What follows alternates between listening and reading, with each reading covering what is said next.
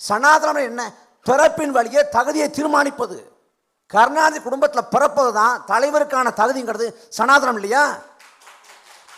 நீங்க யோசிச்சு பாருங்க.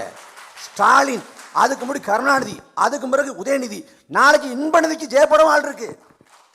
மன்னராட்சி முறைக்கு மக்களாட்சி முறைக்கு என்னங்க மாறுபாடு?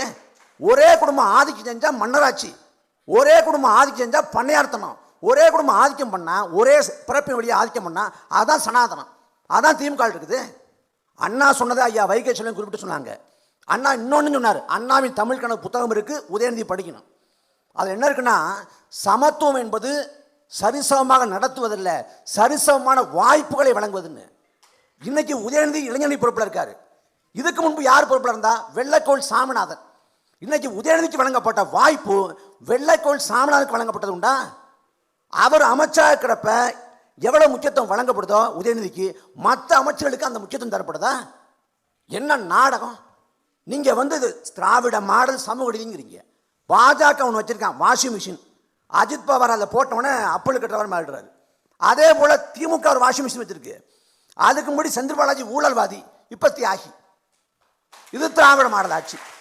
அப்புறம் வாரிசை பத்தி பேசுறாங்களா ஐயா நாஞ்சி சம்பத், அவரே பல மேடைகளில் ஐயா வைகீஸ்வரன் சொன்னது போல வாரிசு அரசில் எதிர்த்து பேசியிருக்காரு.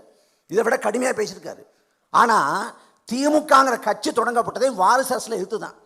மணியம்மையாரை வாரிசாக பெரியார் அறிவிக்க முற்பட்ட போது ஹைதராபாத் நிஜாமுக்கு ஏற்பட வேண்டிய கவலை, ஆதின கர்த்தாக்களுக்கு ஏற்பட வேண்டிய கவலை பகுத்தறிவு இயக்க தலைவருக்கு ஏன் ஏற்படுது?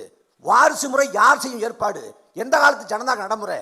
அது ஜனநாயகத்துக்கு ஏற்றதானான்னு பெரியாரை பார்த்து கேட்டவர் அண்ணா. அண்ணா எதிர்த்த ஒன்று வாரிசு அரசியல். பெரியாருக்கும் பிள்ளைகள் இல்லை, அண்ணாவுக்கும் பிள்ளைகள் இல்லை. நீங்க யாரை கொச்சப்படுத்துறீங்க?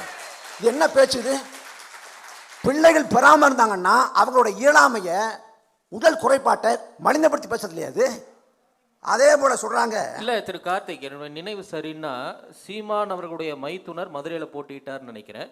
சீமான் அவர்களின் மனைவியும் பொதுக்குழு செயற்குழுல முன்வரிசையில உட்கார்ந்து பேசியிருக்கிறதாவும் உங்க மேலேயும் அந்த குற்றச்சாட்டு இருக்குல்ல.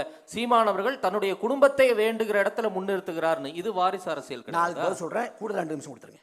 5 நிமிஷம் சுருக்கம். அதாவது அண்ணன் சீமானவர்களோட மைத்துனர் தேர்தலில் போட்டி போட்டாங்க. எல்லாருக்கும் போட்டி போடுறப்ப என்ன வாய்ப்பு வழங்கப்படுதோ அதே படிநிலைப்படி போட்டிட்டாங்க. அக்கா காளியம்மாள் வந்து 3 முறை தேர்தலில் போட்டி போட்டுருக்காங்க. ஆனால் அண்ணன் சீமானவர்கள் மைத்துனர் எத்தனை முறை போட்டிருக்காங்க? ஒரே ஒரு முறை தான். எல்லாரும் என்ன படிநிலைப்படி வர்றாங்களோ, கட்சிக்கு வர்றாங்களோ அதே படி தான் வாய்ப்பு வழங்கப்பட்டிருக்கு.